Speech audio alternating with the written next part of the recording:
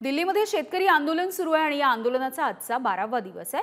29 फेब्रुवारीपर्यंत दिल्लीकडे कूच करण्याचा निर्णय आता स्थगित करण्यात आलेला आहे। शेतकऱ्यांबाबतच्या याचिकेवरती आज सुप्रीम कोर्टामध्ये सुनावणी होण्याची शक्यता आहे।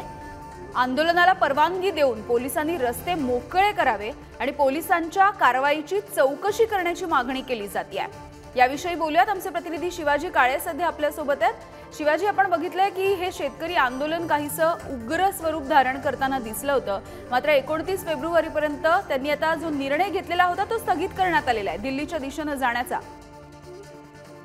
यामिनी, आपण जर पाहिलं तर साधारण 5 शेतकऱ्यांचा यामध्ये मृत्यू झालेला आहे। शेतकरी 7 लोकांचा मृत्यू झाल्याचा दावा करत आहेत, मात्र प्रशासन याला मान्यता द्यायला तयार नाहीये। त्यामुळे हे आंदोलन स्थगित करण्यात आलेलं आहे आणि कारण अनेक युवकांचा यामध्ये मृत्यू झाल्यानंतर त्याच्या घरातील पुढचा प्रश्न निर्माण होतो आणि मोठी संतापाची लाट जी आहे शेतकरी आंदोलनामध्ये पाहायला मिळत आहे। त्यामुळे हे आंदोलन 29 तारखेपर्यंत सर्वांशी चर्चा करून पुढील दिशा ठरवली जाणार आहे। अद्यापपर्यंत काही संघटना ज्या गेल्या शेतकरी आंदोलनामध्ये सहभागी होत्या त्या सहभागी झालेल्या नाहीयेत।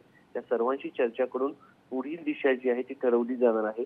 त्या दरम्यान सर्वोच्च न्यायालयामध्ये the she chamber of commerce managing चे डायरेक्टर आहेत ऑगस्टोस थिओस यांनी याचिका दाखल केली आहे। त्याच्यामध्ये त्यांनी 4 मागण्या केल्या आहेत।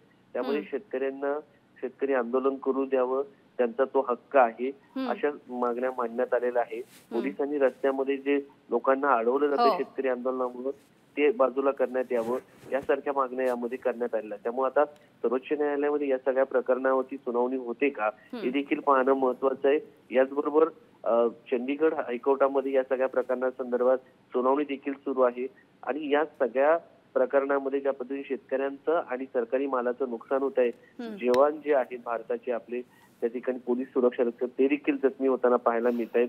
या सगळ्यामध्ये एक वेगळी प्रतिमा भारताची निर्माण होत आहे। त्यामुळे सर्वोच्च न्यायालयामध्ये या सगळ्या प्रकरणावरती सुनावणी होणार का हे देखील पाहणं महत्त्वाचं। जर सुनावणी झाली तर अगदी शिवाजी, जर सुप्रीम कोर्टामध्ये आजची सुनावणी झाली तर त्यामधून काय निर्णय येणार हे बघणं महत्त्वाचं असेल। धन्यवाद या सगळ्या अपडेट।